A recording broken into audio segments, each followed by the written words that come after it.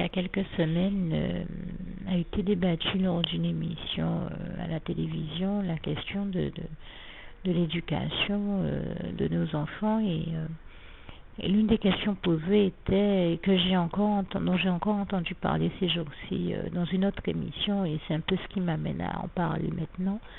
Devons-nous favoriser ou supprimer la fessée donnée aux enfants? Eh bien, soyons très clairs, je rends grâce et gloire à Dieu qui, bien entendu, nous invite dans sa parole, notamment dans le livre de Proverbes, à corriger nos enfants quand cela s'impose, mais à le faire avec douceur.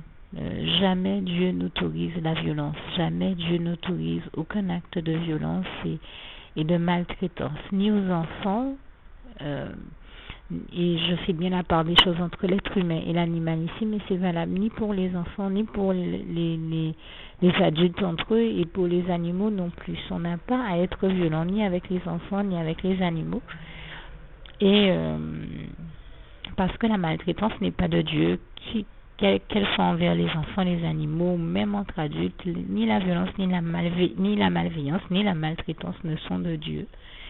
Et toute la gloire revient à Dieu, à Jésus, à son Saint-Esprit. Jésus est doux et humble de cœur, et c'est vraiment l'un des meilleurs exemples qu'il nous est donné. Il nous invite à être doux et humble de cœur, nous aussi, à suivre son exemple, puisque c'est écrit en Matthieu 11, versets 27 à 30, que Jésus est doux et humble de cœur.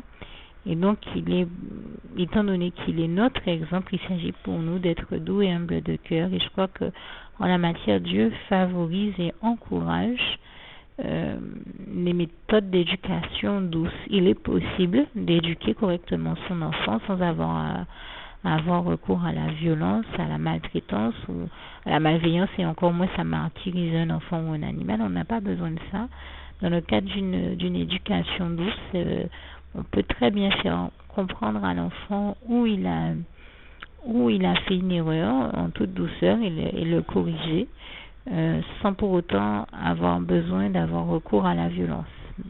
Maintenant, certains enfants sont des enfants aussi qui s'amusent à pousser à bout des adultes, et j'en veux pour preuve que lors d'une formation que j'effectuais il y a déjà quelque temps de cela, mon formateur qui a plus de 40 ans, je pense, d'expérience en la matière et qui forme sur la bonne manière de réagir avec les enfants et de les traiter, me disait qu'un enfant de même pas 6 ans, l'a poussé à bout un jour, et quand il s'est retrouvé être à bout, l'enfant s'est mis à rigoler en lui disant: tu vois, j'étais sûre que je pouvais arriver à te pousser à bout, et j'y suis arrivé, je t'ai eu. Et bien sûr, comme il me disait, dans ces cas-là, on n'a qu'une envie, c'est se retourner. Il m'a dit: j'ai eu envie de gifler cet enfant. Je lui ai dit: je vous comprends, mais je vous invite dans ces cas-là, plutôt que de devenir violent avec eux, à faire preuve de beaucoup de vigilance, parce que bien sûr, si quelque chose arrive, vous êtes encore celui qui va endosser la responsabilité de tout acte violent, et qu'on va incriminer, au lieu de comprendre la gravité de la situation dans laquelle vous étiez et de comprendre que vous avez été poussé à bout.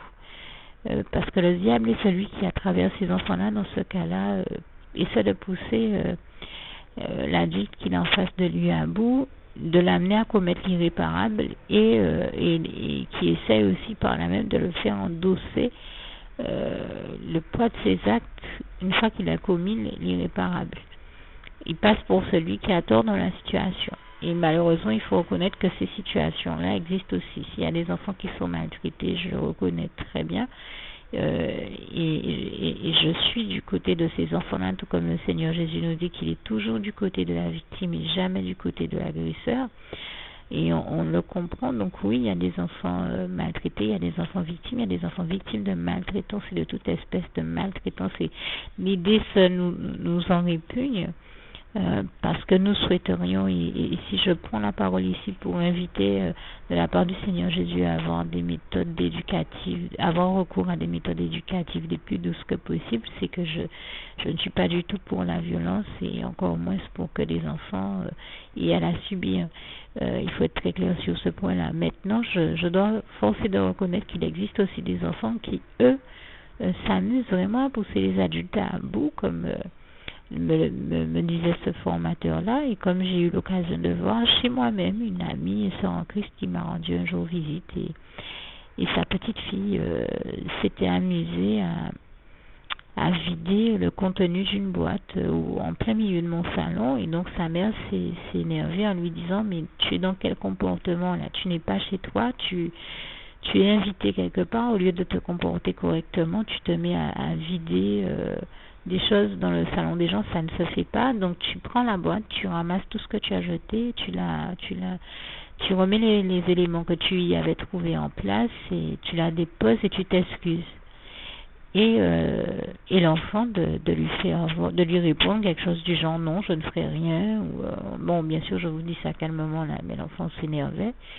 Je t'ai dit que je ferais rien, et puis elle s'énervait et elle snobait sa mère, elle a haussé les épaules, elle a continué à faire ses affaires, elle ne ramassait rien du tout. Alors sa mère l'a attrapée par un bras, l'a ramenée, lui a dit: je t'ai dit de ramasser ce que tu as jeté au bon milieu du salon. Et l'enfant continuait à pester, crier, s'essayait par terre, tapait des pieds, et vraiment hurlait, faisait un scandale, mais elle ne ramassait rien du tout.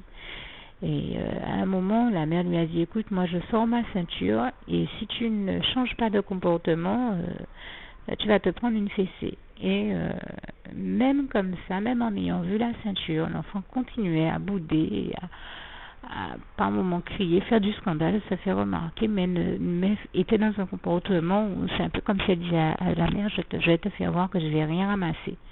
Je crois qu'arrivé un moment, c'était ce qu'elle faisait, c'est ce dans quoi elle était. Et d'autres personnes, et elles étaient dans un comportement tellement énervant et scandaleux que d'autres personnes qui assistaient à la scène étaient déjà, elles, poussées à bout, d'autres adultes.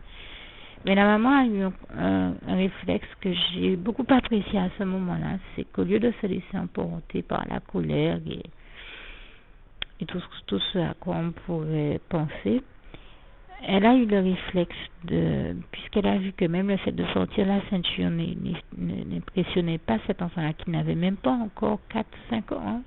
Elle était déjà dans un tel comportement. Et c'est vrai que quand on voit des enfants à cet âge-là, dans ces comportements-là, on peut déjà se demander qu'est-ce que ça va donner par la suite.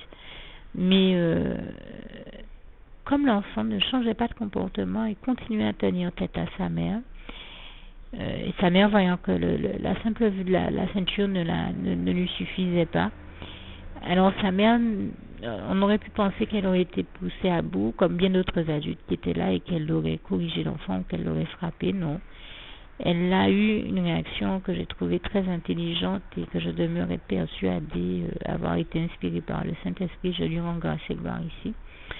Qui a été, le Saint-Esprit lui a donné la bonne idée de taper sur le bras du fauteuil avec la ceinture, mais pas sur l'enfant. Et quand l'enfant a vu que que la ceinture la frôlait, qu'elle passait non loin d'elle, là elle a compris que si elle changeait pas de comportement, en effet elle allait y goûter. Donc là elle s'est levée, elle s'est mise à ranger les choses, et là elle a changé de comportement. Mais je rends vraiment grâce et gloire à Dieu, à Jésus, à son Saint-Esprit qui l'a inspiré de cette manière-là. Et ça a été la bonne manière de procéder, puisque là seulement l'enfant a changé et elle a obtenu les résultats qu'elle voulait. Au moins les deux résultats qui étaient de respecter l'autorité parentale qu'elle avait en face d'elle, premièrement. Deuxièmement, de faire ce qui lui avait été demandé, puisqu'elle était celle qui avait de toute manière dérangé les choses qu'elle avait trouvées bien rangées. Mais voilà, je crois que c'est une très bonne astuce du Saint-Esprit qui me met à cœur de partager avec vous, plutôt que de se laisser aller à la colère et à martyriser un enfant. Oui, ne martyriser, parce que martyriser un enfant, ce n'est pas de Dieu. Comme je le disais, la maltraitance, ce n'est pas de Dieu. Trouver des astuces éducatives comme ça, où l'enfant comprend la correction qu'on lui donne, comprend ce qu'on attend de lui, qu'il change de comportement, et change de comportement parce qu'il est amené au respect de l'autorité parentale. Ça, comme vous pouvez le voir, ça peut se faire tout en douceur au lieu de céder à la colère. Et c'est pareil pour les animaux, quand on a besoin de les corriger pour une raison ou une autre, il s'agit de le faire, mais en douceur. Déjà, moi je me rappelle que le vétérinaire de mes chiens me disait une fois, beaucoup de personnes corrigent leurs chiens ou les tapent quand ils font une erreur ou une bêtise, les tapent violemment, mais il s'agit de ne surtout pas tomber dans l'écueil de la violence, comme je le disais, ni avec les enfants, ni entre êtres humains, donc ni enfants ou adultes, et avec les animaux non plus.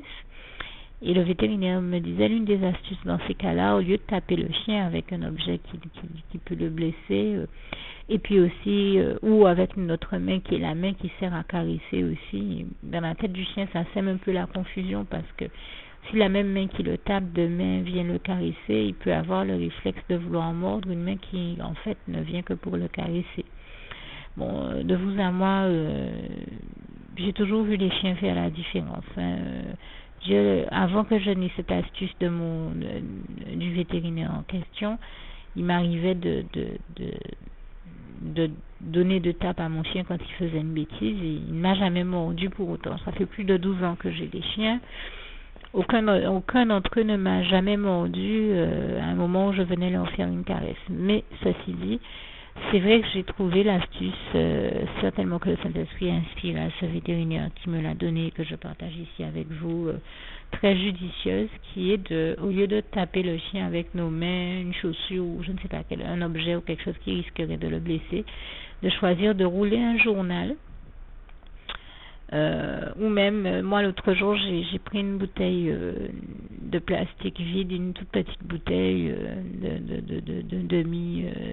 de 50 centilitres. Ça ne fait pas mal, c'est vide. Voilà, c'est creux, ça ne fait rien. Mais donc quand on tape sur soi ou sur l'animal, que ce soit que le journal enroulé ou la bouteille de plastique vide, je ne parle pas de bouteille en verre, de toute petite bouteille en plastique. Eh bien, ça suffit au chien pour comprendre quand on lui donne une tape avec, pour comprendre qu'il a fait une erreur et qu'il faut qu'il rectifie son comportement. On n'a pas besoin de martyriser un animal pour qu'il comprenne. Normalement, un chien, vous lui donnez une petite tape avec ça, il comprend très rapidement, il se ravise et il change de comportement. Ça a toujours été le cas de mes chiens. Donc, sans avoir besoin d'avoir recours à la violence ou de se laisser aller emporter dans la colère, juste comme ça, on arrive très bien à les corriger et très souvent, j'ai des félicitations pour mes chiens qu'on me dit que j'ai bien dressé. Je rends grâce et gloire à Dieu, je remercie Dieu énormément pour les chiens dont il m'a béni. Ce sont des vrais cadeaux, des vraies grâces de Dieu dans ma vie. Et c'est vrai que ce sont des chiens dont on me dit toujours qu'ils sont très bien éduqués. Et c'est vrai que je vois ma chienne, elle est une chienne que tout le monde trouve très intelligente. Elle fait des choses que peu d'autres chiens ne savent faire. Et c'est vrai que j'ai choisi d'opter pour une éducation qui s'est faite en douceur, et pour elle et pour d'autres chiens que j'ai eu auparavant, et je n'ai jamais eu à le regretter. Je parle ainsi ici, ça peut surprendre certaines personnes, mais dans mon entourage, il n'y a pas longtemps encore, j'ai rencontré quelqu'un qui me disait...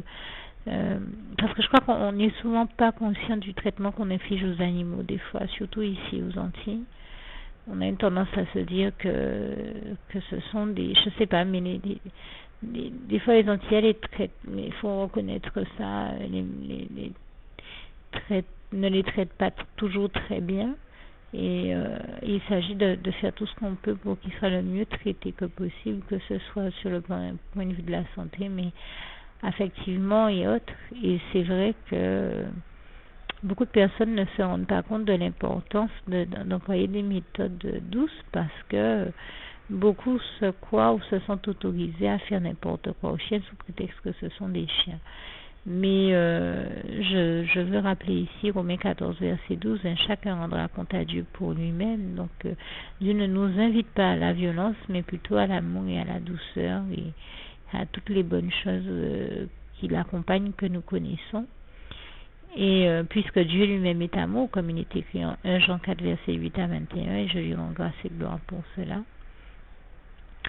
Et donc, c'est vraiment une invitation que je vous faisais de sa part à traiter au mieux, le mieux que possible, tous ceux qui vous entourent, tous les êtres humains, mais aussi tous les animaux qui vous entourent. Et c'est vraiment au nom puissant du Seigneur Jésus que j'ai partagé avec vous ce message. Que Dieu vous garde et vous bénisse tous. À bientôt.